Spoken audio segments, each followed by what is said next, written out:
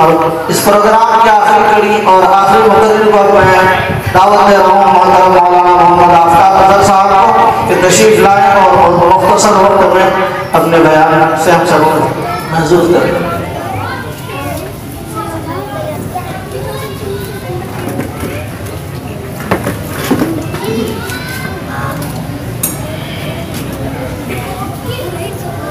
नहमदुहु व नसल्ली अला रसूलिल करीम।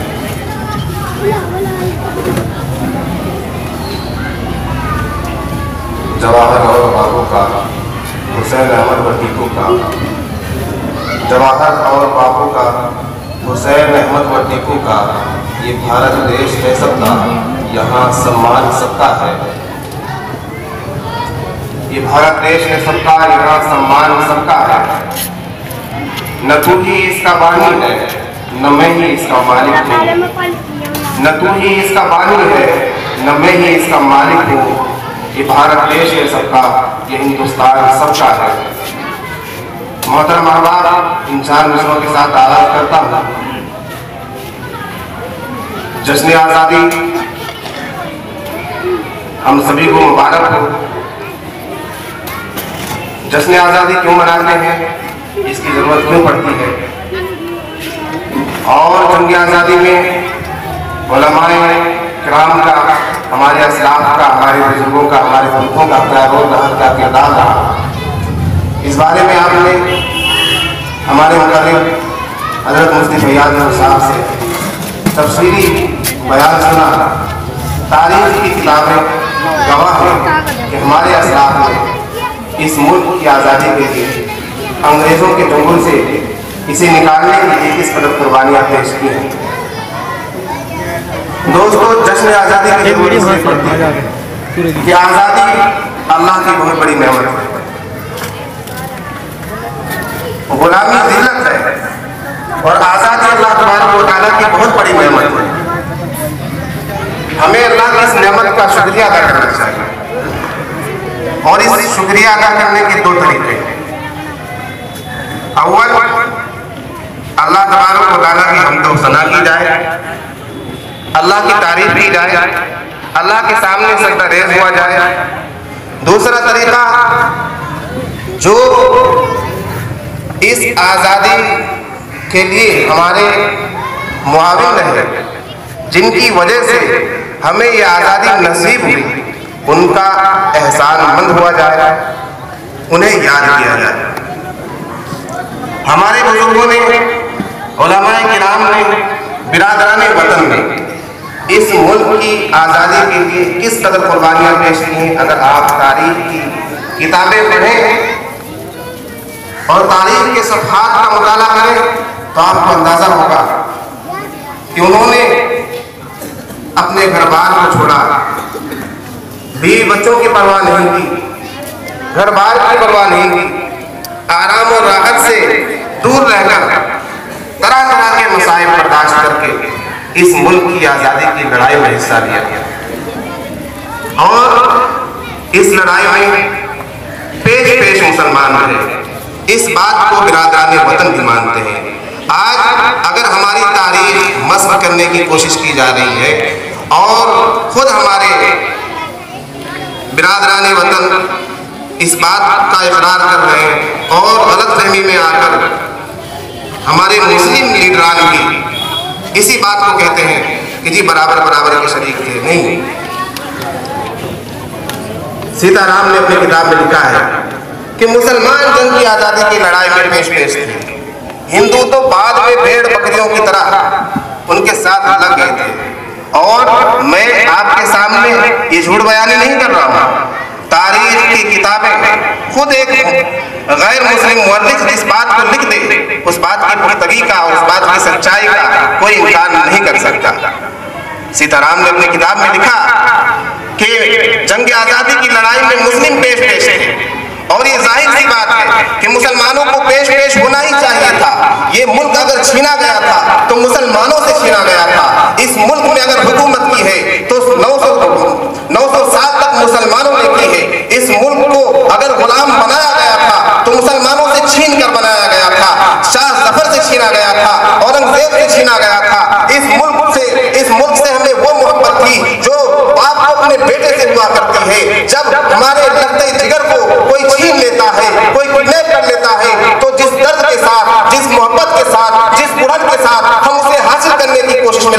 रहे, उसी कोशिश में मुसलमानों को लग जाना चाहिए था और मुसलमान लगे, मुसलमान जुटे। मुसलमानों ने सबसे पहले अंग्रेजों के खिलाफ आलम बगावत बुलंद किया, क्योंकि मुसलमानों से मुल्क छीना गया।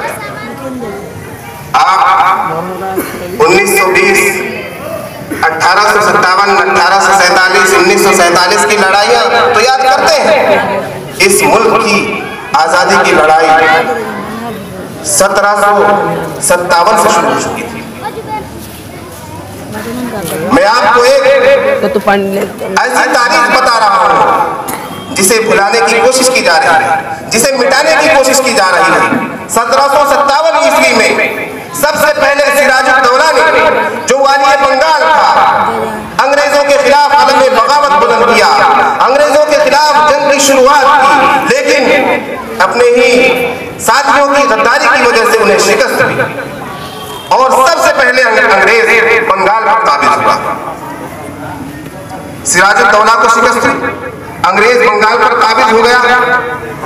ये 1757 की बात है। उसके बाद 1799 में हजरत टीपू सुल्तान शहीद रहमतुल्लाह अलैह, उन्होंने अंग्रेजों के खिलाफ एक मुहिम की शुरुआत की। 1792 में इस मुहिम की शुरुआत होती है। 1799 में जंग शुरू हो जाती है। अंग्रेजों के खिलाफ ऐसी प्लानिंग की जाती है, ऐसी जंग की जाती है, ऐसा रोल अदा किया जाता है कि अंग्रेजों के रूंगटे खड़े हो जाते हैं। अंग्रेजी सिपाही और अंग्रेजी कमांडर और अंग्रेजी जंग जो शिकस्त खाकर पीछे हटने लगते हैं, टीपू सुल्तान के नाम से डरने लगते हैं, टीपू सुल्तान के नाम से हटने लगते हैं और टीपू सुल्तान हवाओं की सफों को चीरता हुआ उनकी सफों में जाकर दाखिल हो जाता है। फिर जाकर अंग्रेजों में भी ये शोषा पैदा किया जाता है कि टीपू सुल्तान को किस तरह शिकस्त दी जाए। एक प्लानिंग की जाती है, टीपू सुल्तान के साथियों में एक गद्दार पैदा कर दिया जाता है। चुनांचे हजरत टीपू सुल्तान शहीद रहमतुल्लाह अलैह को शिकस्त हो जाती है। ये 1799 की बात है।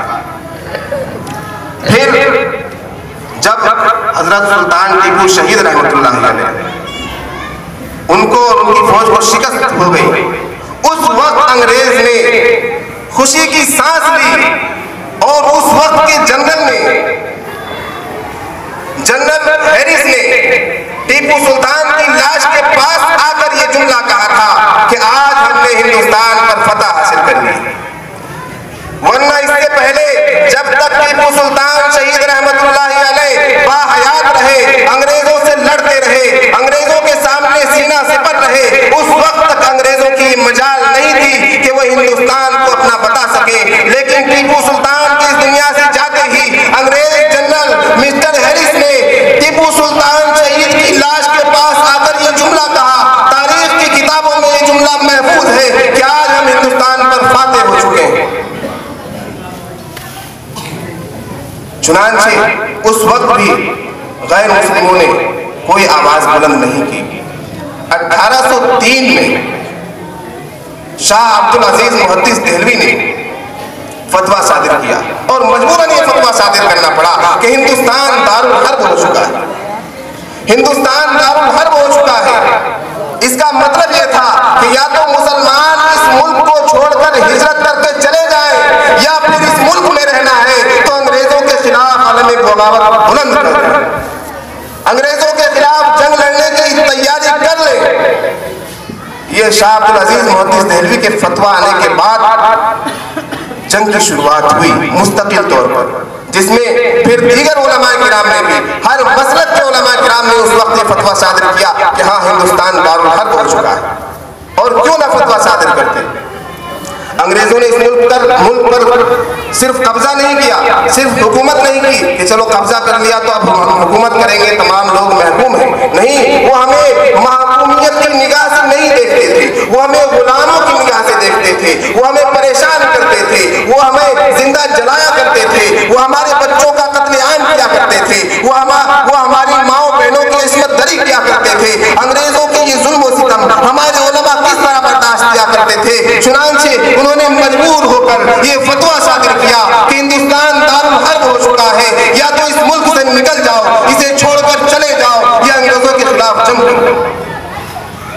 चुनांचे फिर जंग की शुरुआत हुई और 1847, 1857 जंगे गद्र, जिसे गद्र कहते हैं, गद्र की लड़ाई आप लोगों को याद होगा और अंग्रेजों की तारीख में बात महफूज है कि गद्र की लड़ाई में मुसलमान पेश रहे और हमें अगर खतरा था तो सिर्फ मुसलमानों से था। ये अंग्रेज की अपनी जुबान है कि अगर हमें खतरा था तो सिर्फ मुसलमानों से था। इसलिए अंग्रेज ने अपनी किताब में लिखा है कि हिंदुओं के साथ नरमी की जाए।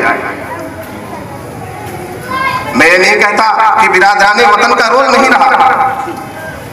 20वीं सदी में 1920 के बाद, 20वीं सदी की तीसरी तिहाई में 1920 के बाद जब हिंदुस्तान पर हमारा गलबा होने लगा, हमने जंगें लड़ी और एक जंग नहीं लड़ी, कभी यहाँ कभी वहाँ, मुल्क के मुख्तलिफ हिस्सों में जंगें लड़ी गई। अंग्रेजों के मुख्तलिफ जत्थों से टकराया गया और अंग्रेजों को ये बात बावर करा दी गई जब अंग्रेजों ने ये समझ लिया कि मुसलमान उस वक्त तक नहीं मानेंगे जब तक हम ये मुल्क छोड़कर न चले जाएं। जब हमारा गलबा साफ जाहिर होने लगा तब जाकर बिरादराने वतन ने हमारा साथ दिया। चुनांचे 1920 के बाद बिरादराने वतन हमारे साथ लगे, हिंदू भाई हमारे साथ लगे। उन्हें मालूम हुआ कि मुल्क आजाद होगा तो आजादी में हमारा भी हिस्सा होगा। उन्हें मालूम था कि मुल्क आजाद होगा तो चैन की सांस हम भी लेंगे। उन्हें मालूम था कि मुल्क आजाद होगा तो गुलामी की जंजीर से हम भी निकलेंगे। उन्हें मालूम था कि मुल्क आजाद होगा तो हमारे बच्चे खुशी से रह पाएंगे। उन्हें मालूम था कि मुल्क आजाद होगा तो हम चैन की सांस ले पाएंगे। इसलिए उन्होंने भी हमारा साथ दिया। हम इस बात का इनकार नहीं करते। और बिरादराने वतन ने खुले तौर पर जो हमारा साथ दिया है वो 1920 के बाद दिया है। उससे पहले बिरादराने वतन उंगलियों में गिने जाने लायक हमारे साथ थे। चुनांचे अमर सिंह की कुर्बानी को भुलाया नहीं जा सकता, कंवर सिंह की कुर्बानियों को भुलाया नहीं जा सकता, झांसी की रानी की कुर्बानियों को भुलाया नहीं जा सकता, तानिया टोपी की कुर्बानियों को भुलाया नहीं जा सकता। ये बहुत से ऐसे नाम हैं जो उंगलियों में गिने जा सकते हैं जिन्होंने हमारा शुरू से साथ दिया है। लेकिन खुले तौर पर और आजादाना तौर पर जो हमारा साथ दिया बिरादराने वतन ने वो 1920 के बाद दिया है। 20वीं सदी की तीसरी दहाई में फिर जाकर जब बिरादराने वतन भी हमारे साथ लगे और अंग्रेजों ने ये बावर कर लिया कि देखो अब ये पूरा मुल्क मुत्तहिद हो चुका है। अभी तक तो सिर्फ मुसलमान हमारे खिलाफ थे, अब हिंदू भी हमारे खिलाफ हो चुके हैं, अब ईसाई भी हमारे खिलाफ हो चुके हैं, अब सिखों ने भी हमारे खिलाफ आलम बगावत बुलंद कर लिया है। जब अंग्रेजों को ये महसूस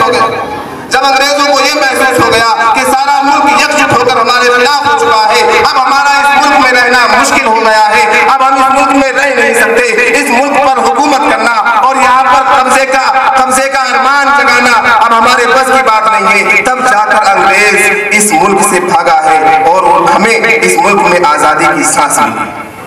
इसलिए हमें इस आजादी की नेमत को समझना चाहिए, अपनी तारीख को पढ़ना चाहिए, अपने बच्चों को अपनी तारीख याद करानी चाहिए कि इस मुल्क की आजादी के लिए सैकड़ों नहीं, हजारों नहीं, लाखों जानें कुर्बान हुई हैं। तब जाकर हमें आजादी की सांस लेना नसीब हुई।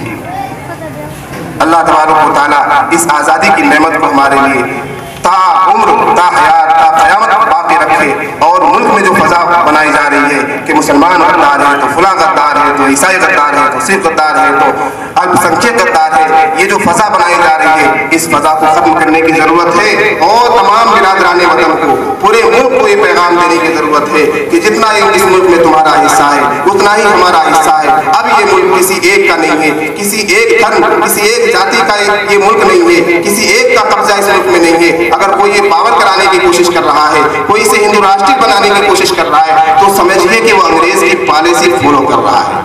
इसलिए मैं इसी पैगाम के साथ रुखसत चाहता हूँ, अमन के साथ, शांति के साथ रहें और तमाम बिरादराने वतन से मिलजुल कर रहें। यही हमारा पैगाम है। अमन व अमान इस्लाम की पहचान है।